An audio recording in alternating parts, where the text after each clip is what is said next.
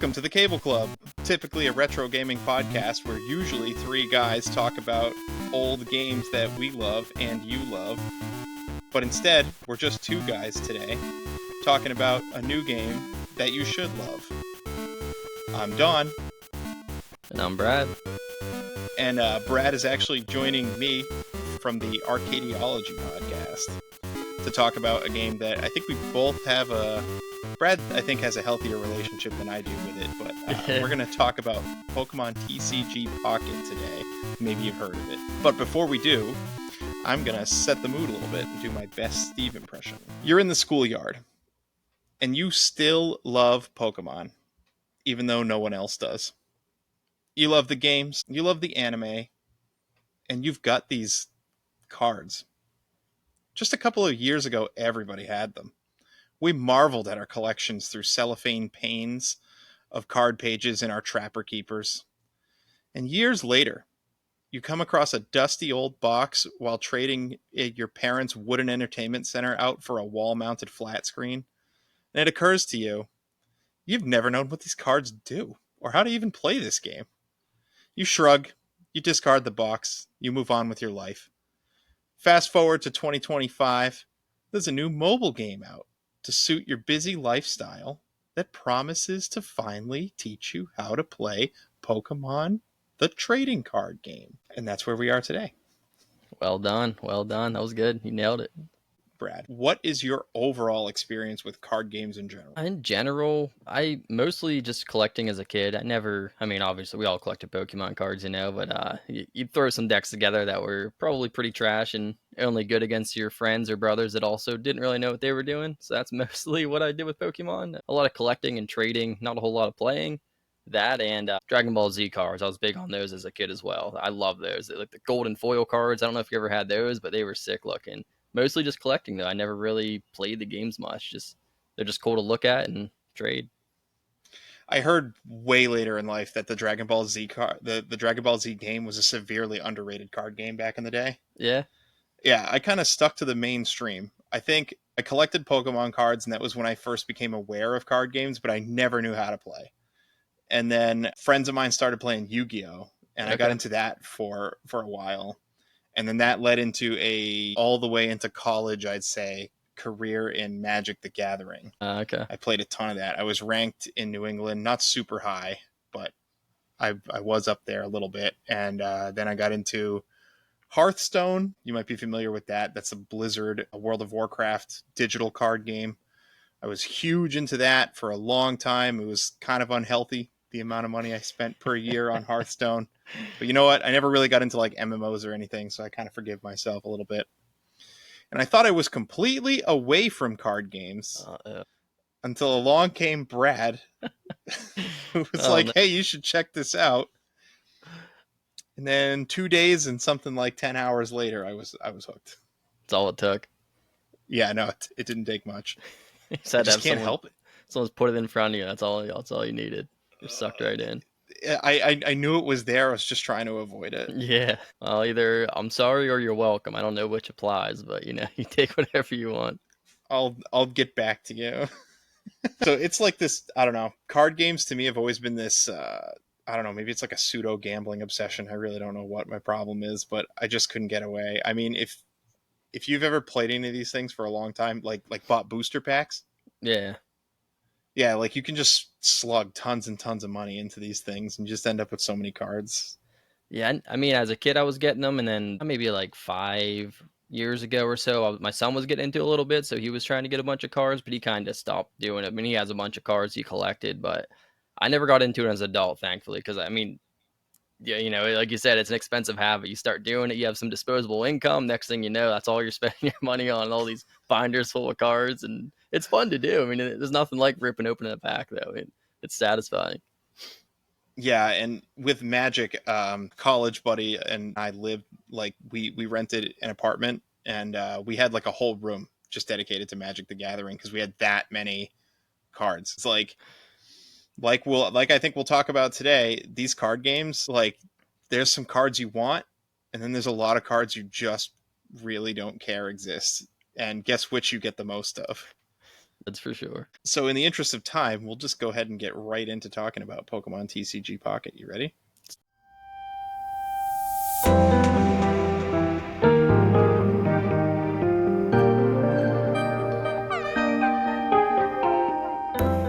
All right, well, Pokemon TCG Pocket is a simplified version of the real card game. So it's you can kind of hop in matches pretty quick, be done about 15 minutes or so. You can probably squeeze a game in, sometimes quicker, depending on how the match goes. But I'd say anyone familiar with the actual card game, there's quite a few differences. But I think the most notable ones to be aware of are how small the decks are. You know, you have 20 cards instead of I think it's 60 in a real deck. Yeah. And yeah, and the other thing, you only need 3 points to win rather than I think you what is it, 6 prize points on an actual. You still familiar with the original card game much? Yeah, six prize points, and you usually get a card when you knock a Pokemon out in the regular card game. Right, rather than this, you just score a point. Your only goal is to get the 3 points to win, so you're not chasing for prize cards and stuff like that. And then the other, probably one of the biggest ones, is you don't use energy cards in your deck. Rather, every turn, every time it's your turn, it spawns an energy, and you can use it however you like on whichever Pokemon you want. But you just, I mean, outside of abilities and different moves, you just get one energy per turn. So it's not like you have to fill your deck with energy and stuff like that. It's always just automatically supplied. But I mean, other than that, there's also the focus of the collecting. You know, that seems to be a pretty big part of it as well. You can even just avoid the battling altogether and just hop in there and collect cards. You get 2 free booster packs every day for free. You can rip them open, see what you get. As Don said there, you get a lot of duds and you don't always get what you want, but you know, you get 2 chances a day for free. So that's initially why I downloaded the game. I was like, I'll just rip some packs, see how it goes, and here I am, like 6+ months later, still ripping packs, still seeing how it goes. Talking about it on a podcast. Yeah, that's the general gist of it. Yeah, and the energy thing is interesting because I relate energies to Magic the Gathering, where you need to draw lands. So when you play the actual TCG game, you want to draw your Pokemon, obviously, because they're how you fight and win the game. Then there's trainer cards, which are typically one use, boosts to a turn. And then there's energy cards, which are what you need to power your Pokemon to use moves. And you can typically only play one a turn from your hand, so it's actually part of your deck in the regular card game. But in this, they shove it off to the side and they make an energy zone that spawns an energy every turn, which is kind of nice because it means you're guaranteed, like, basically you're guaranteed to on turn 4 use an attack that costs 4 energy, whereas in the regular card game it's not necessarily a guarantee. So that's a plus for me. The games are super quick. Like, I think it takes anywhere between 5 minutes and 8 minutes for me to play a game against an opponent, which is, I think, really nice for this, like I said, busy lifestyle. Can just like pop it open, get a game done real quick, and or at least know which way it's going if I can't finish it. Yeah, you know when to forfeit But and get out of there. yeah, just be done. The other thing about the gameplay too is it's this constantly, if you play a card game for a certain amount of time, you start to realize there's a what we call a meta, or like a meta game, where like you realize certain cards are good, certain archetypes of decks start to form, and then it kind of becomes like a rock paper scissors type of a game, basically, where you queue up with a deck. Maybe there's a couple of tech cards to help you win some of those softer matchups. But the nice thing about this game so far is that they have a really aggressive release schedule, wouldn't you say? Yeah, they keep them coming. I mean, just by the time the meta settles in, it's ready for the next set and switching it up again. They seem to do a good job to keep it fresh too with each set. Yeah, it's monthly right now that they're making a whole new pack of cards, and I'd say on average it's about 70-ish cards, and then there's some larger sets too that launch, I don't know, once every 2 or 3 sets or something. So yeah, they're really cooking along. Yeah, even with this, the free packs though, I feel like you have enough time in between sets. While it does come pretty quick, usually if you're just pulling your packs every day, you're grinding some your currency so you can get extra ones. But I've been able to complete, well, not complete everything, but get mostly everything I want out of a set before I get the next one. So I mean, there's a few things here and there that I'm still a little bit salty about I didn't get, but in general, I usually have enough time to get what I need or trade for it by the time the next set drops, anyways. Yeah, so it's a free to play game. As such, I say free to play because I am not playing for free. But there's a couple different ways you can spend money, but there's meta currencies. At first I thought it was cheap, and now they seem to kind of be slimming it down a little bit. But like basically anything you want to do comes with some kind of stamina. So if you want to open a pack, there's stamina. They're in the form of like blue hourglasses. Brad has so many hourglasses it makes me nervous because I'm like a person who, like, as soon as I have enough hourglasses, I'm like dropping it on a pack if there's something I want. I don't know how you Yeah. maintain. I don't know how you have as many hourglasses as you do. I think it's insane. I'm still stacking them. I mean, I burnt through some for this last set, but I feel like you gotta just like take the plunge. Just go through a month without spending any. Just pull your basic packs for the month, and then the next month you'll have a good bit. Then you rinse and repeat that month you build up and save those ones for the following set. So that's kind of how I've been doing it. So yeah, I'm up to, I think I just hit 1,000 again before we got on here tonight. So yeah, I'm ready for this new Oh set, my man. god, that's yes. I'll probably only open like 2 or 3 of, like, we call them 10 packs. Like, you can open 10 at a time for 120 hourglasses. I'll probably do about 3 of those and see where Yeah, I land. usually it's all you need. Yeah, that's what I mean. You just got to take one sacrifice. Like, all right, this set I'm not gonna do it. I'm just gonna build up. I haven't spent any money on it. I use like the what do they give you, like a free month of premium where you get a little bit. I did that, but after that I canceled it, and I'm clean so far, man. I've been I did tempted, but not. I haven't done it yet. So I'm a premium player. So with premium, you pay $10 a month, and you get an extra pack a day. You get like an extra stamina bar that over 24 hours lets you open additional packs. So I can open three packs a day. You also get some premium missions that let you get a few more hourglasses and some other prizes. And usually there's like a card of the month or something like that for premium players, whatever it is.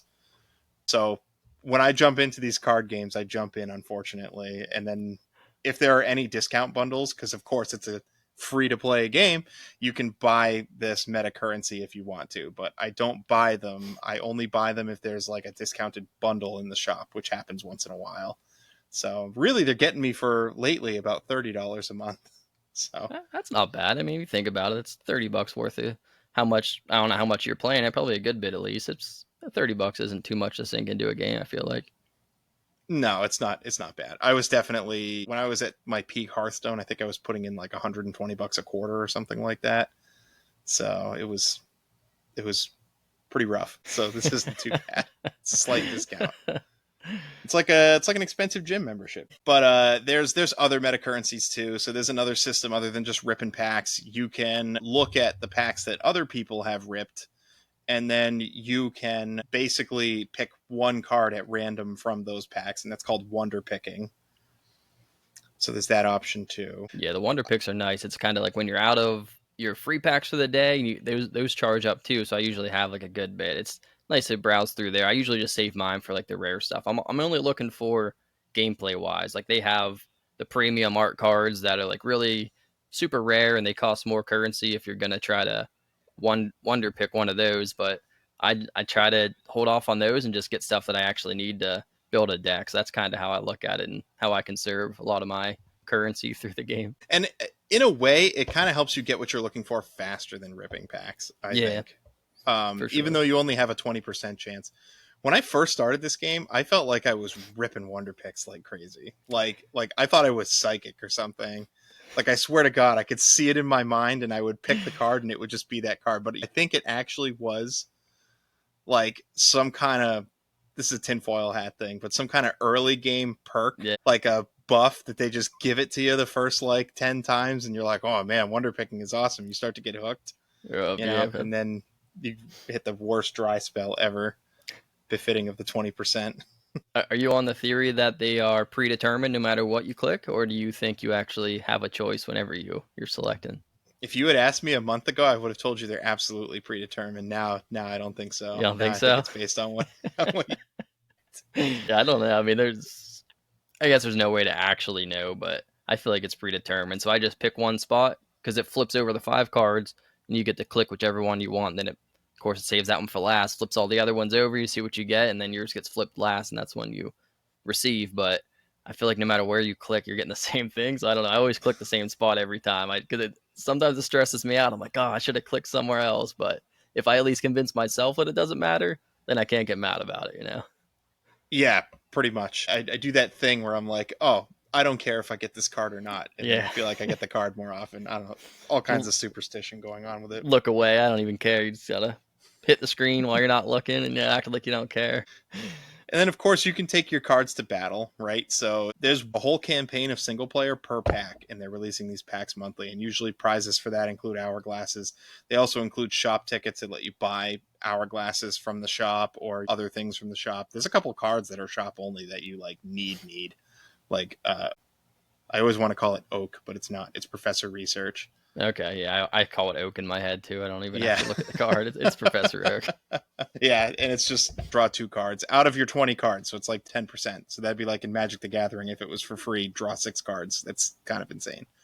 But and then there's Pokeball, which is draw a basic Pokemon. I feel like as far as mobile games go, and I've played a few, I think this one so far it feels pretty good. I'm hesitant to jinx it, but it seems like the way that Pokemon Company is handling it, they seem to, for the most part, be tilting toward a slightly better economy in the game. I don't know if you feel the same way. Yeah, I've only played a couple other Gotcha mobile games, but yeah, overall this feels pretty generous with, like I said, enough time in between the sets that even if you're free to play, you can get a lot of stuff. And just, I don't know, it's I'm trying to think of the other Fire Emblem Heroes. That's the other game I played. Did you ever get into Fire Emblem? Did you play that one Yeah, specifically? I didn't get too much into Heroes. I played for a little bit, but I didn't spend any money. Okay, So yeah. I just like mean, free to play for like a month.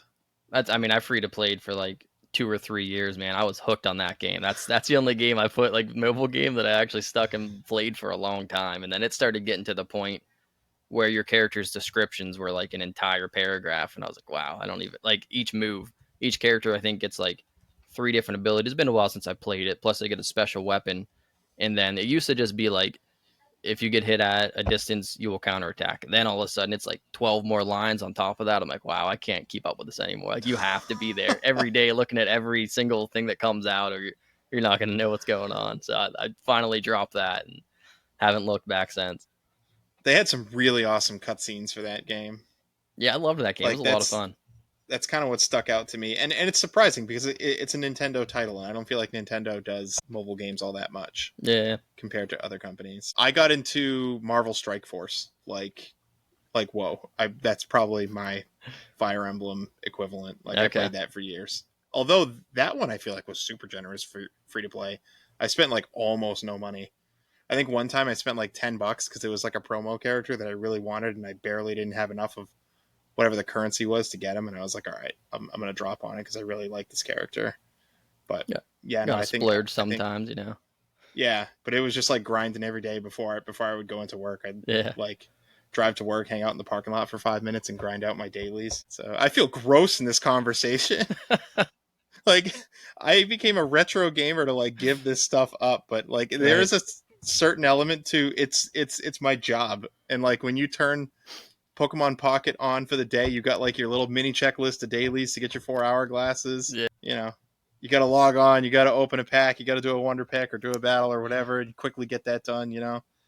At least the dailies are always the same and they're super quick. Like logging on, just opening the app is one of your dailies. So I mean, it's pretty simple. There's only got to do 3 of them, like you said. You get a free pack, you get 2 free packs a day. So technically, that's good. You know, I mean, that's all you need. Just that. Get your wonder pick. Maybe do one battle if you don't have any of your stamina saved up, and you get those 4 hour glasses. It's not much, but it adds up. Yeah, and the one thing you don't need stamina for, which I like, is battling. You can battle it out as much as you want, Yeah, which yeah, it's nice. Some games I gate think it is good. behind that, but yeah, it's nice that you can just keep on playing. Enough. So what was it? Like 2 packs ago was the first time that they introduced a ladder. It's fairly recent, right? Yeah, the ranked. I think the third season just ended. So yeah, this would be the third. Think Yeah. so. Yeah, yeah, that's right. So yeah, a few packs ago, they like most of these digital card games. If you've ever played one, they actually introduced a ladder. Before that, they just had like casual, play against a player, and I think they like later delineated it between 2 leagues, like either beginner or I'm a TCG player.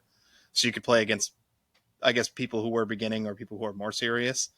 But then they actually introduced like ranks and points and stuff, and actually they get a lot of flack for the latter and that ranked mode system, but I can tell you, being experienced in playing Hearthstone and Magic the Gathering Arena, I don't know if you feel the same way, but I think the ladder point system is very generous.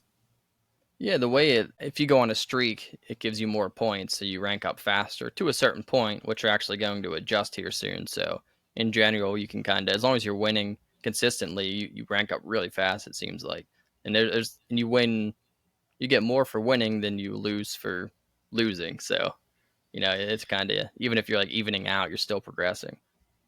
Yeah, and in the early ranks, you actually lose 5 points for losing, but you get 10. In the early ranks, you only lose, what is it, 5 points? Right? Yeah, and you gain And 10 on a win. yeah, so, and then later on, I think it's lose 7, but still gain 10. Yeah, so it's still positive if you go back and forth. Yeah, so the nice thing is that you really only need a 50% win rate to make progress, maybe even slightly lower than that, and you'll make progress. So I guess what's really struck me about this game so far, and I mean, I think we should talk about the metas in general in a second here, but I'd say up until this meta, you can kind of play what you want, and you can do pretty well and still rank up. I think there's a lot of variety of decks out there, which is not always the case with a lot of card games. Yeah, they're definitely open to get creative and play some stuff. I mean, there's certain things you're gonna try, it's just not gonna work at all. But yeah, as long as you got like a little bit of structure with it, you can do pretty decent. As like you said, you only need like a 50% win rate. It is a slow grind though. If you're not going on some big streaks, like if you want to try to get to the top, you're gonna have to flip that around a little bit. I don't think 50% is quite gonna. I mean, it'll cut it if you have the time, but I ain't got time for that, man. I get up a little bit farther. I'm like, all right, I'm done here. I'm not trying to grind anymore. It does take some time. Oh yeah, that's so me too. So depending on how well you do and how high you get more hourglasses at the end of the season, so to speak. So seasons appear to last about a month, and but the difference in hourglasses per rank is only like 5, and you need 12 hourglasses to open a pack. So you can kind of imagine that it's not really a big difference from rank to rank. So like I get, all the way up to Ultra Ball. So you start out in, I think it's beginner, and then it's Pokeball, Great Ball, Ultra Ball, then there's Master Ball, and then there's like ranked Master Ball where you actually get a number that you are total, but like I think it only gets you up to like 80 packs or something like that. And like I get to Ultra Ball 1 right now or 2, and I'm just like, all right, I'm done. Then I just mess around for the rest of the for the rest of the season. Yeah, that's. I mean, I've been getting to Ultra Ball 3. Even that feels a little bit grindy. Getting to 2 isn't too bad, but from 2 to 3, it feels like work. After that, I'm just burnt out. I'm like, all right, I gotta just stop. It's not worth it anymore. I don't need those 5 hour glasses that bad. Yeah, and they take the streak mechanic away. So like there's bonus points if you streak. Like if you go on like 9 win hot streak, like you're just getting like 20 bonus points per game or something like that, and you're really cruising up the ladder. But they take all that away in Ultra Ball, so it's 10 points a swing. And I think I saw somebody do an analysis, and to get from like Ultra Ball 2 to Master Ball, it's as many points as you need to get from Pokeball 1 all the way up to Ultra Ball 2 or something like that. So Yeah, it's it goes crazy. I think actually probably maybe even by the time anyone's hearing this, they may have updated it. I think the streak is now probably going. I think in this next season, I think they're allowing the streak to go through Ultra Ball. I think that's one of the Yeah. updates they were talking about. Yep. And currently, when the season resets, you go back a couple ranks too. But I think they're stopping that too, or something, or they're slowing it down, not as dramatic. Yeah, so it'll be a little easier. It won't be as much. I mean, you'll still have to still got to do good and win, but it won't feel like as much of a grind. I feel like so that's definitely a positive. Excited for those updates to hit. Yeah, I think it's good for, like I said, the overall economy of the game. These types of games have economies, and you can kind of suss out how much it costs you, like per pack and stuff like that. But so I think it's getting a little bit better. Agreed. Yeah. So that's the ins and outs, the good, the bad, the ugly of the game, for better or for worse. It's a gotcha mobile game, but I actually want to talk about playing it. How about you? Yeah, let's do it, man. All right, I let's love get into talking about. that. We're always in the Discord talking about it, so we might as well do it here. Yeah.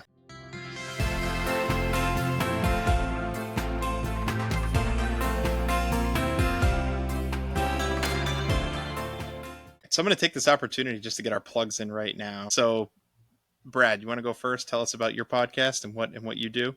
Oh yeah, sure. So if you want to check out my podcast, we're called Arcadiology. It's myself, my two older brothers, and a buddy of ours. Some of you may know him, Jordan, from he came over here and did the Final Fantasy Tactics episode. So the four of us, we play a different arcade game every 2 weeks, and then we have a giant list where we rank them all against each other, and it's one definitive list. These are obviously the correct answers of the best arcade games. So come over there and take a look at our crazy takes. But I mean, before we got four guys that have an arcade podcast, you're probably expecting us to be experts, but we're not. This is most of these games we're playing for the first time. Outside the podcast, before we started, I bet none of us played more than 10 arcade games in general. So these are all fresh take on some old games. So come over, check it out, and it's a good time. There are definitely some recognizable ones, but you guys have introduced me to an awful lot of games that I had never heard of. Yeah, that's kind of when we were setting it up. I wanted to break it up so that every 5 games we have like a more notable game that most people will already know of, and then in between that we space it out with a bunch of random games that we feel like are more rare or less common. So kind of get space it out so it's not just all the popular ones. There's definitely a lot of crazy games in there that we've come across. And if you're still here, you kind of like what you hear, so go ahead, and if you're on YouTube, leave us a like. If you're anywhere else, think about hitting that subscribe button. You can really find us on any podcast feed, the Cable Club. Get us into your weekly rotation. We're doing weekly episodes now. Every 2 weeks, we talk about a retro game, typically dealing with our patented retro game league, of which Brad is a part. He's Mr. JJ Squawkers himself. So go check out that episode of the rest of our backlog. Or you could consider joining the Discord. They are our favorite fans because we get to hang out with them all week and play games like Pokemon TCG Pocket. All right, so as far as that goes, so I think you've been playing this a little bit longer than I have. Yeah, I probably started maybe like a week or two after launch. Yeah, I heard a bunch. I listened to tons of podcasts 'cause I'm driving all day at work. So I heard some other people talking about it. I was like, I'll check it out. So then ever since then, I've been hooked, man. I just wanted to get in there and rip some packs. And next thing you know, I'm still ripping packs. So what was the first meta like? Because the cards have gotten progressively more powerful. It seems to be how they balance things. They just make more powerful cards, at least right now. I don't know if they're ever going to go back and fix things, but yeah. Right now, they're just like bury the old broken stuff under the new broken stuff, and that's how we're balancing. Yeah, pretty much. Just keeps on building upon it. But at first, Mewtwo was he was pretty strong. I can't remember if I'm trying to remember. Yeah, I think it was mostly Mewtwo. That was generally it. Because my son was actually playing. I got him into it when we both started. He fell off. He didn't keep going, but he built a Mewtwo deck too, and he was in there shredding in matches and stuff. And Mewtwo was the only one that seemed to be consistently winning. So that was basically it from what I remember. There might have been one or two other like A tiers, but Mewtwo felt like the S tier. Now, so the first deck I think I ever made was Pikachu EX. Oh, okay. Yeah, he was good too. Started to win like reasonably well on the ladder. Yeah, Pikachu was part of that first meta as well, and I forgot about that. That was probably the other one that was pretty solid, but I feel like Mewtwo, most people lean towards that. Yeah, and when I started, I just like jammed the base pack thinking that like they were going to be reasonably strong evergreen cards, which probably was a mistake in hindsight, but I like eventually got there. And then I think in my time when I first started, they had just launched the Space Time pack. Okay. Which, if you're a Pokemon fan, this is Gen 4. So this is like Dialga, Palkia, that Sinnoh region Pokemon. So I don't know. How much of a Pokemon fan are you, Brad? I mean, I still like it, obviously, when I'm playing it, but I really stopped following it after Gen 1 and Gen 2. Like, I played on the Game Boy, Pokemon Yellow, Silver, and Gold. But beyond that, I didn't really know anything. So I'm learning a lot of these Pokemon for the first time. Outside of this and Pokemon Go, I played that for a little while as well. So that's where I learned a lot of, I guess, newer. Anything past Gen 2 was new to me. I'm like, who's this thing? And Gen 3, I've never even heard of it. So a lot of these names I've been reading, but I've never said out loud, so I probably don't even know how to pronounce half of this stuff, but now I'm figuring it out as I go. Are there any Pokemon designs that you look at, you're like, really? Yeah, there's some weird ones out there. I mean, some of them, they just run out of ideas or what's going on here, because they felt pretty creative for a while there, then I don't know, man. Some of them are pretty wild. Yeah, it's like ghost lawnmowers and stuff, and you're like, oh, okay. It's the route we went. Scraping the bottom of the barrel there. So the space-time meta was like kind of slow, and it was like really, so in this game there's regular Pokemon and then there's EX Pokemon. So EX Pokemon are like these big powerful cards, like they're like the rares that everybody wants, typically, right? And they're more powerful than your usual basic. I say usual because I'm going to talk about one for sure that is cracked, but usually they're more powerful than their counterparts. And the cost is when you get one knocked out on you, you lose 2 out of the 3 points that you're allowed to lose in a match. So the space time set was really like the rise of EX, like basic Pokemon, meaning Pokemon that don't evolve. So you'd throw down like these high health, Dialga cards or Palkia cards or whatever, and that energy mechanic that we talked about, there was a lot of this Dialga card that was like use steel 2 steel energy to attack and cheat out 2 more steel energy onto your bench, basically. And that was like a lot of that. And he had another attack where he could hit for 100, so if he stuck around on the board long enough, he would just start wailing on you. And then water type decks, kind of for a similar reason. Like water type decks had ways of cheating out cards, cheating out energy, really. So they had Manaphy at the time, which has for 1 water energy, put 1 water energy on 2 Pokemon on your bench. So it's cheat out 2 water energy, right? You can accelerate your big baddies on the bench. And if they take their time knocking out Manaphy, then they're going to get walloped by your late game. But again, slow. And then, so that was kind of the meta that I was introduced to. Yeah, Gyarados, was he after? I guess Gyarados was probably before you started, right? You didn't see much of Gyarados EX? So funny enough, I feel like Gyarados was not in vogue when I started, and then like he had this moment, I think during the next pack, where people just figured out that his attack dealt just the right amount of damage to KO a lot of the field, and they just started playing him, and he was really good. Yeah, they just gave water so much versatility, so many different trainers, support, abilities, that it was just like, for a while, it felt like water was just going to dominate forever, because it was like no matter everything they added, it was like there was another boost to the water deck. So currently, you don't really see many water decks, but there was a while there where it was raining. Yeah, it kind of speaks to the rotation, right? Because like water was so powerful for so long, and I thought it would never end. And finally it did. I think water's probably the weakest of the elements right now. And I want to talk about Misty for a second, because this type of card is such a cancer in this whole game.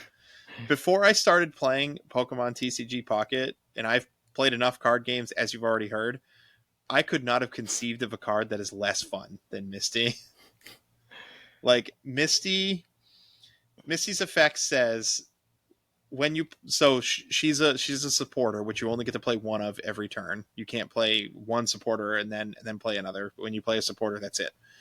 So her effect says, put a water energy on one of your it's flip a coin until you get tails, and put that many water energy onto a water Pokemon of your choice. So if you just flip 1 heads and then a tails, you get 1 water energy. If you flip 5 heads and then a tails, you get 5 water energy. And if you flip no heads, you just get nothing, and you wasted your supporter for the turn. Yeah, that was a very frustrating card, because it seems like, of course, that's how it goes. If you have it, it's getting tails first flip. If your opponent has it, he has 37 energy. It's too late on his first turn too, because that's another thing with this game. On your first turn, I don't know how the regular game works, but you can't attack on your first turn because you don't have energy. The So you same don't way. yeah, okay. So you're not able to get energy to attack on your first turn, but the Misty allows you, if you flip heads, if you just get 4 heads on it somehow, all of a sudden you can use your EX Pokemon's biggest attack right off the first turn, and the other opponent has like a, I don't know, Hitmonlee starting, and there's nothing he can do. He just gets shredded apart. Yeah, I'd have games where, so they had Palkia, which was the water counterpart to Dialga. It has this big ripping attack that deals, basically will kill your lead mon and then deal a bunch of damage to your little guys on the bench. And sometimes Misty would just go off on turn 1, and I wouldn't even have even had a turn yet, and he would just waste my first card, and I'd be like, oh yeah, this is fair. This is how this game is going. So and then if that didn't happen, then the game goes completely my way, or if I'm playing Misty, vice versa. Yeah. I was obsessed. I tracked this card for a really long time. And myself and many members of the community that play this game were all wearing tinfoil hats saying that like they stealth nerfed Misty. There's no way it's 50-50. It seems to work much better in the late game than it does in the early game. Because you'd go like 10 games and you'd play 2 of them a game and you wouldn't get a single heads all day, not a single one. And you're like, there's no way, right? By the third day that happens, you're like, yeah, there's just no way that this is 50-50. It's not possible. There's got to be some other influence that we don't see behind the scenes. Someone's pushing the buttons and pulling the strings. They're flipping these tails for us. Yeah, don't bet your win streak on it. So Yeah. I thought that they were going to be like, okay, no more Misty. Misty was a bad decision, because anybody who's ever designed a card game ever would know that Misty is a bad decision. But then they started publishing other cards that do the same type of effect in other ways. Like, didn't you post one time that you use this Eevee card that's like deal 20 damage for every heads you flip until you Yeah. And I forget what it was, but yeah, I one-shotted their EX because I forget how many heads I got. It was an absurd amount. It was just right up my like first 11. Turn. Yeah. It's like 220 damage on turn 1. So disgusting. 2 points. I used up all my luck yet for the rest of my career in this game in that one flip. Do you want to talk a little bit about the Triumphant Light meta? Because I think that was probably my favorite, which was the one that came after, the one that Arceus pack. Oh yeah, that was interesting because the way it seemed to be centered around Arceus, there are a lot of cards that synergize with him really well. Like they all had abilities where if he was on the bench, they would be able to do certain things, or they would get buffs and stuff like that. So yeah, that was definitely an interesting one. Definitely combined with that he is immune to status effects, so a lot of things like poison and stuff like that doesn't affect him. So he was a pretty universal card. You can kind of throw him into any of these different kind of decks, and I really liked him with what was it, Crobat, and you stack that with a lot of passive damage, because as long as Arceus is on the bench, if you're Crobat, even if he's not in the active spot, he's just sitting on the bench. He does a free, I think 30 damage to their active Pokemon. It's 20 or I think it was 30. But yeah. So yeah, you can just stack a lot of free damage, and I think he only took like 1 energy to hit 50 as well. So yeah, that combined with some other, I think that you can throw Darkrai in there. Is that how you pronounce that? Darkrai? I don't know if I'm saying. Here we go again. Yep. All right, yeah. So he has more passive damage every time you throw an energy on him. He does 20 damage to their active one. So there was just like, it kind of felt bad to play against stuff like that, because it's like there's so much automatic damage coming at you. But I mean, it was pretty cool whenever you got it all set up on your end. And that's part of it, right? So there was this push and pull for a long time, and I think it was more tilted toward really powerful basic Pokemon that you wouldn't have to evolve.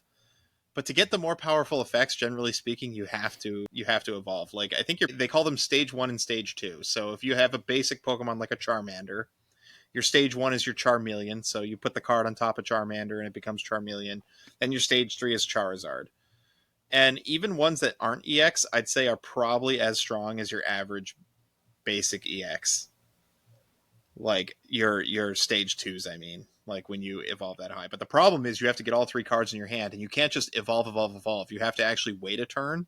That Pokemon has to be out. So like you have to survive to get to that stage. And you have to have hopefully not taken too much damage to make it useful, right? So it is like a push and pull. And the Arceus meta was cool because there was room for things like the Crobat, because the Crobat you didn't really like to put it into play to fight with. Like you like to keep it on the bench, right? And you'd use like your other cards to tank. And then you'd have it shoot like pelting from the bench, that extra 30 damage, which is a lot. And I think Arceus was like kind of the rise of what I call the box decks, which are like, instead of having one main plan or one main line of Pokemon you use, you have like several. So it started with Fight Box, where like you'd run the Lucario card that buffs all your fighting type Pokemon's attacks by 20. And I think you and another member of our Discord, Hapney, were playing this deck a lot, where like you'd run like that and Hitmonchan, and then this other card, Rampardos, which is so crazy. I don't think I can do Rampardos justice, Brad. You've had way more experience with it than I have.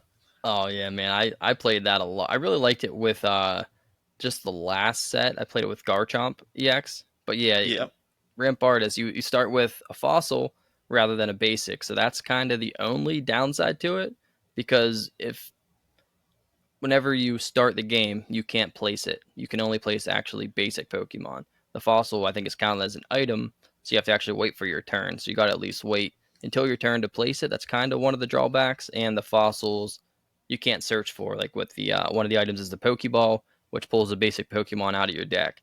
So sometimes you can get a rough start where you just can't get a hold of that fossil to get the line rolling. But once you get him out there, man, and we didn't talk about the rare candy, which allows you to skip the second evolution, so you can just go straight to the final. So if you have your fossil on there, you drop a rare candy and put him in, and he only takes 1 energy and does 130 damage, which one shot's a lot of stuff. For 1 energy, that's crazy. For one Yeah, energy, yeah. you usually get like 30, like 40 max damage, usually. Like, so 130 is crazy. And only if you knock the enemy out do you suffer the additional drawback. It loses health. But Yeah, he does 50 damage to himself. But yeah, if it's like a bulky EX or something, and you don't one shot it, you just hit him for 130, and there was like no drawback. So then yeah, it doesn't hit you with a recoil until you kill them. So you and they can really probably wear won't stuff kill you down. on the crackback either because he has 150 HP, which is kind of a lot. Yeah, Um, for a non EX, that's crazy. the Rampardo story is one of the underdog. Like if you've been surfing the forums and stuff, the Rampardo the Rampardos bros have been there, since like they were there for the rise of the basic EXs, the rise of Darkrai. They were there for the toxic Giratina Darkrai meta. They were just fighting the good fight. They were like the rebel versus the Empire, right? And now, you know, I know I just kind of sped us through some metas, but they've lived long enough to see themselves become the villains. Yeah. And there's this Silvally Rampardos deck that I just call cancer. Like, it's so crazy because Silvally is this other 1 point non EX Pokemon that just for 2 energy, its effect is deal 50 damage, but if you played a supporter, which you basically do every turn in this game, you deal 50 more. So it's 2 energy to deal 100 damage on a stage 1. And it has a supporter card that lets it basically find itself. So it's very much a guaranteed draw. And it's pretty bulky at 110 HP too. So it's very fast. And if you don't meet a certain high bar of speed, like the thing by itself can just wipe you out of a game. And then let alone they have the Rampardos building up in the back. So sometimes you chew through the 2 Silvally only to be met with the 130 damage, crack. And like to put that into perspective, some decks struggle to get 2 threats off the ground. In this game, this deck consistently puts out 3 very, problematic threats. Yeah, with such low energy cost, like there's some stuff you're trying to build on the bench. You're just like maybe you'll put something out with 1 energy in the front, hope you survive while you can build something up in the back. But this, it doesn't even need to build in the back. Rampardos just sits back there. You don't have to put anything on him until he's ready to attack you, and you just throw your that turns energy on it, and you're just clearing everything out. And I do think it became the deck to beat. Yeah, So I think a little bit. The Darkrai Giratina meta was like the first time I think we had a deck that was like everybody wanted to beat it. yeah. That I tried that deck, man. It was just so boring to play, especially whenever you play it and the enemy has the same exact deck. It was like the driest game I ever. I was like, I'd rather just lose, dude. I don't want to do Uh, this. I tried it like one time and had a mirror match. Like, I'm not doing this. I'd rather lose than do this all night. It are was you not familiar fun. with the Pokemon anime at all? Like the very Not a initial little bit episodes? here and there. I don't know like the whole way through, but I've seen episodes. Yeah, so there's this one episode like in the very first season. I didn't watch past like I don't know since like I was like 5 or something. But there's this one episode where Ash comes across this samurai guy in the woods and they have a Pokemon battle and they both throw out Metapod and they're both shouting at their Metapods to harden and the battle just goes on for like 10 minutes and it's just really stupid. That's basically this deck mirror match right there. It's the Metapod battles. So it was big and stally and fat and they had this dragon, this Drudagon thing Yeah. that was like every time you hit it hits you back for 20 damage, and then every time you put an energy on Darkrai, it hits you for 20 damage, and they would just like pelt you to death the first couple things, and then like they'd be backing up this Giratina, which was like this self-funding fatty, you know, that will just turn around after you down the wall to just like crack you at the end of it, right? And then they sped things up. They were like sick of this. So they sped things up in a big way with the following pack, which was the one from Alola, I think, which was the only Pokemon generation I'd never played. So they introduced Solgaleo and Lunala, I think, right? Yeah, I think I was that pack. Yeah. Yeah. So Solgaleo for 2 energy up the bar of dealing 120 damage. He's a stage 2. But they also introduced Rare Candy. This turned the entire game upside down. So I had kind of mentioned how certain cards come back into vogue. Rare Candy did that in a huge way. Like there were suddenly stage 2s that were super viable that weren't before, right? Yeah, that was big. A lot of people were like predicting, like, how are they going to implement rare candy? Or some people were like, they're never going to do that, and like, how's it going to work in this game? But they brought it, man. It really, really changed some stuff. It made cards you would never even think about using actually viable because how quick you can actually speed through the evolution where normally you would be struggling to get there. Yeah, we called it the stage 2 curse, where like, if you were playing a stage 2, it was likely that you were going to brick and you just wouldn't get there. But then like cards like Charizard had already had a second iteration, a Charizard EX, where like he had a big fat attack for 150, which is a lot, but it costed 5 energy. And then he had another attack, which was put 3 energy on him, basically. So he'd spend a turn charging up, and then he'd be able to just attack, attack, attack. And that, if that sounds good, it wasn't. Like it was unplayable. And then Rare Candy came out, and now it's toxic. Like you can go like so you can go turn 1, do nothing. Your opponent goes, hits you for some nominal amount of damage. Turn 2, Rare Candy, put the energy on, stoke, get your 3 more energy. That's 4.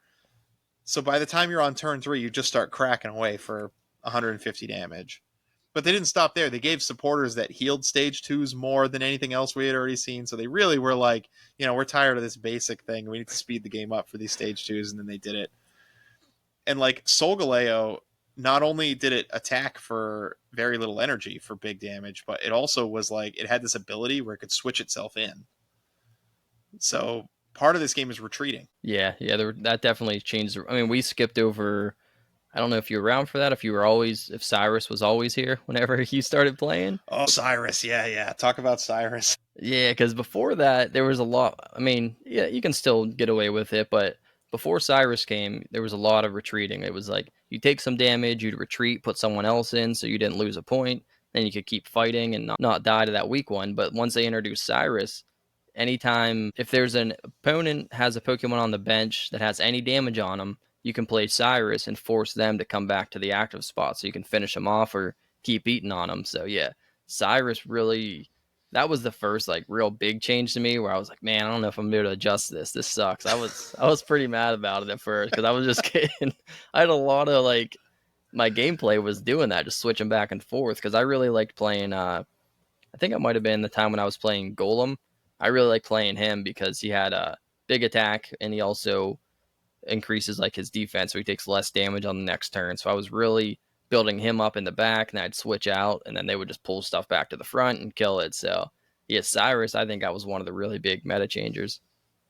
Definitely. Now it's you don't ever want a damaged Pokemon on your bench if you're down to 1 point because you know that Cyrus is coming to They finish you always have off. it. Yeah. Yeah, no, I hover over the concede button every time I find myself in that situation. Although he's starting to fall off. There's a lot of decks that don't run him now, Yeah, which is yeah, for which is sure. kind of crazy.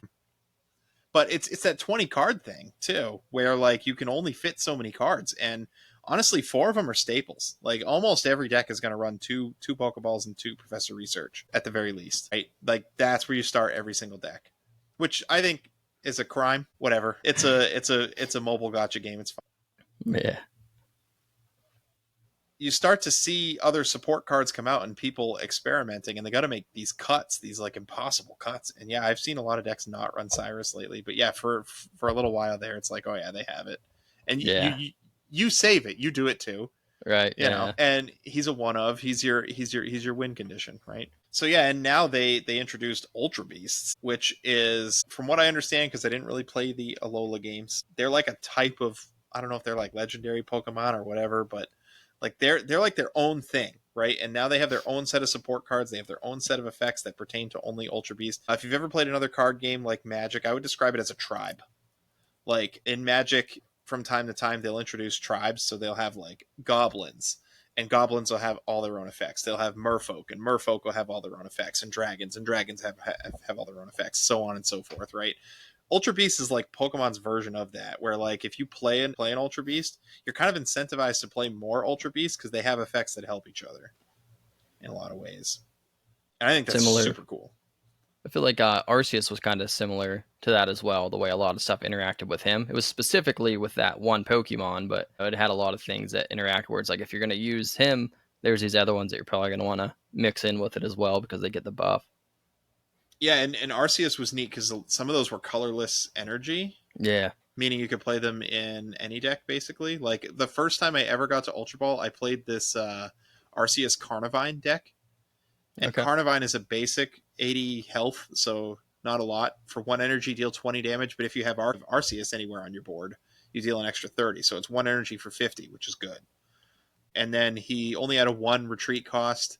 There was another card that lowered retreat cost for basic Pokemon. There was a card called Rotom, which could deal 20 damage for one energy to anything, whether it was in front of you or on the bench, and could retreat for free if you had Arceus.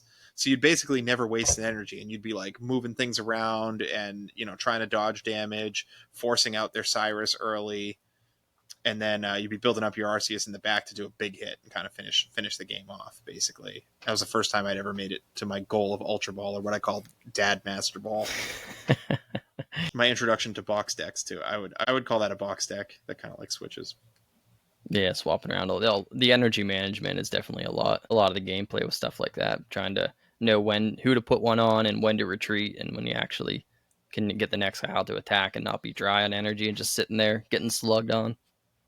Yeah, and it used to be that you just try not to waste energy ever, right? Like that used to be the strategy, and now I'm thinking of some of the Ultra Beast cards that actually want you to lose energy so that you can pick it up from your discards later, which is really neat, I think, because like there's a card that lets you switch mons out for free in the dominant Ultra Beast deck right now, that Buzzwole deck. But sometimes because of the way the game shakes out, you actually want to manually retreat so you can stick an energy in your graveyard so you can play the supporter and put the energy on Buzzwole immediately and be able to get cracking quickly. It's just the design space. They're really, really going crazy with the design space, and I really like it. Yeah, I think they do a good job with each set that kind of changes. So like you said, originally there wasn't like a lot of viability in the stage twos. Then they switched it up, and then you got the rare candy. I mean, it's much later. I'm jumping ahead, but you got the rare candies that make those viable. And then there was a time where people were playing 18 trainer decks and just having two EX. And those, I'm glad those are gone because I don't even know the name, Orochi, or what's the name of that little bird, that Thunderbird? Articuno. No, the counter form, the one that counters all EX. The EX can't hurt him. That Oh, little Thunderbird. Oricorio, yeah. Yeah, that guy. Yeah, they brought him in, and the Orochi. That's what I said, right? Exactly, I nailed it. But yeah, what he said, that's the one they brought in, and no EX can deal damage to it. So there were people playing 18 trainer decks, so everything was just support for their two EX. And then when you bring in a card that an EX can't hurt, all of a sudden those decks are a guaranteed loss. So that single card pretty much forced out that entire play style, which I really appreciated him showing up and, and taking them out. Because those are annoying to play against. Yeah, I think that was a really degenerate strategy, and I think never really should have gotten out of meme status, frankly. But you know, and I beat my fair share of that archetype before Oricorio came out anyway. There was Yeah. like the stupid Articuno deck, which I don't get it. I don't think Articuno was that powerful well into the lifespan of the people playing that deck. I was like, okay, it's going to be the one thing you do. It's fine. Yeah, he definitely overstayed his welcome. He didn't really belong there anymore, but people were still championing him. They were still trying to make it work. Finally put that final nail in the coffin, though. It's fine. It's a meme. Yeah, before that they had what the Meowscarada, which was like a Yeah. self-feeding stage 2 that dealt like 60 damage, and if it was an EX, it dealt 130 damage for 2 energy. That card was rough. Like I was playing decks with EX in it, and that card was to be feared for sure. You saw the cat come down, and you were like, "Oh no!" Yeah, Like during that this. phase, I was trying not even to play EX. I think that's when I was playing Rampardos a lot. Well, Pretty sure that was the same one.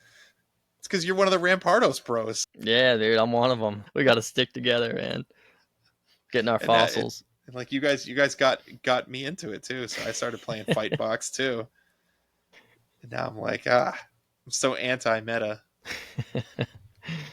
So, I feel like we've gushed on about this for a while. I think with every mobile game it has its criticisms. I don't know if you have any specific ones that really tick you off, but I mean, probably honestly the biggest thing I was talking to you about it in the Discord. The one thing that made me just want to quit playing it for no good reason, but it's just frustrating because they have events. I don't know how long they last, a couple weeks or something, but you do a battle, you win that battle. It's against a CPU. You're pretty much guaranteed to win if a try or two. It doesn't waste your currency if you lose, so you're pretty much guaranteed to get that pack. But it's a single card, and they have I don't know X amount of cards, maybe 8 or so in that set, and it's only for that limited time that they set. And then after that, as far as I know, you'll never be able to get any of those cards again, and you can't trade those cards because they're considered, I think, promo cards. So I mean, there's nothing you can do about it if you just don't get it. No matter how much you grind, you run out of stamina for it. Then there's this EX that I didn't get that I wanted, and now I just don't have a chance to get them. So that's pretty frustrating because all the other packs, every time they introduce new packs, you can still go back and pull from the old packs using your stamina and stuff. But for these events, you got to be there and you got to be lucky, or you're just there's nothing you can do about it. You're just screwed. So that I was about to. I was pretty mad about it, man. I was ready to quit. I was laying down in bed, grinding out the last couple matches before I went to sleep. I was like, this one's gonna be it. I just kept on going. I couldn't get it, so I was pretty mad. If that card ever becomes meta, then I might quit because then I'll be real mad all over again. yeah, I think yeah. So there's cards from that I want too that I just wasn't around for. Yeah, And it's so funny to me because once these events are gone, so far there's no way to get these cards, and most of them have to do with unique art. So like some of it is missable, but this last one they had like 9 cards in the pool, and 3 of them I think were mechanically unique. yeah, Like they were unique cards only to this event, and usually there's 1 or 2 that are mechanically unique in these events, and one of them is usually terrible and the other one's questionable. But this one had like some pretty good cards that people were playing, and then it had like this big EX that has this big fat crazy effect, you know, that is bad right now. I'm just yeah, going to say it flat out is a bad card right now, but if they ever offer support for getting multicolor energy onto it, like I could see it becoming viable. Like, because it, yeah, it, it removes 5 cards from both of your decks, which is a big deal in a 20 card game. Like, it's getting rid of your deck, basically. So if you didn't draw what you need to draw, it's effectively going to, it could potentially close you out of the game pretty easily. So, I don't know. It could be interesting. Hopefully not. I don't know if I want to live in that world yeah. where I got to Yep. deal with turn 3 Necrozma EX hitting. I just like to play around with those fun effects. Like I'll make off meta decks just to play random matches, just to see how it does for fun. That was one of the ones I was looking forward to trying out, but unless they bring a way to trade those, I guess I'll never know. Oh, Wishy Washy is my jam. Yeah. And yeah, I think the one other thing I have to say is shiny Pokemon. So if you're familiar with the games, you run into a Pokemon in the wild randomly, and then there's like a 1 in 4,000 chance of that Pokemon being shiny or something like that. So they introduced this game into they introduced this into TCG Pocket where there's shiny Pokemon now. And the problem is they're shiny Pokemon and they're like considered really rare cards, but a lot of them are like cards from old sets that aren't playable, and they're now like diluting the new packs. So if there's one thing that really gets me going is like pulling my 5th Slowbro shiny from the first pack, in the new pack that's not playable. And I'm like, oh, this could have been an EX. This could have been something that I actually want that's mechanically different. Yeah, it definitely waters it down. And the other negative effect of that same thing, where we talked about the Wonder Picks, where if Don opens a pack and I'm his friend, I can see his pack and I can pick one of those cards. If there's a shiny that he gets, I think it's the shinies. I don't think they show up in the Wonder Picks. I've never seen a shiny in the Wonder Yeah, Picks. so if he gets something good in there, or for some reason I wanted that shiny, no matter what else is in that pack, I can't select his pack to try to get a random card from because the shiny made it ineligible for anyone else to see. So it feels like another thing they put in there to screw you over with the shinies diluting the pool in the wonder picks and the regular packs. So they're overall a net negative. And it's just cosmetic. There's nothing about them that's different from the regular card. So, Yep, identical otherwise. so yeah. All right. So, usually to round out an episode, we would give final thoughts on a game or rate it in our league or something like that. So, I think as far as TCG Pocket goes, how I'm going to rate this is if money were no object, how much money a month would you spend on TCG Pocket? Well, I mean, if money were no object, let's dump it, man. You know what I mean? If I'm Okay. rich, How much money would you spend on TCG Pocket before you feel embarrassed to tell your spouse? that's a different question. I think 30 actually. That's a pretty sweet spot. Anything more than that feels like I don't know. I probably could have got something else more productive, but I think $30 is probably a fair amount. If I'm going to like 50, then I'm gonna start feeling bad because that's like if I want to play another game, that'll get you most games. You know what I mean? That aren't like brand new. You can get any other game, but I don't know. I think 30 to 40 is a decent spot that I would feel okay with. Anything more than that, I'd be questioning why I'm still playing this game. Yeah, I think I'm there at $30 a month. I think if it's the only mobile game you play and you don't have other like subscriptions eating away at all your money, I think 30 is pretty good. I've got every card I want. I've got it pretty early in a new pack. I feel pretty good about it. I can let my deck ADHD go wild pretty much all season, and I feel pretty good about it. So, all right. Well, thank you for coming on, Brad. For sure, man. It's been fun. Yeah, no, this is fun. I'm looking forward to playing more of this with you. And then I also want to take a minute to thank our listeners, and of course, I want to thank our listeners, especially the ones on Discord. You guys are the best. Hanging out with you guys from week to week makes this much more fun. The theme music for this podcast is done by Cubby, unbeknownst. So thank you, Cubby. His Bandcamp is in the description if you want to throw him a couple bucks for some of his music, like we did. And we edit our own podcast on this show. It's usually me and my co-host Dan. So yeah, come check us out on YouTube if you're listening to us on a listening platform. We usually do some kind of visual aspect, just maybe not this episode with technical difficulties, but normally. And I think that's all I had to say on Pokemon TCG Pocket. Game over, Brad? That's game over.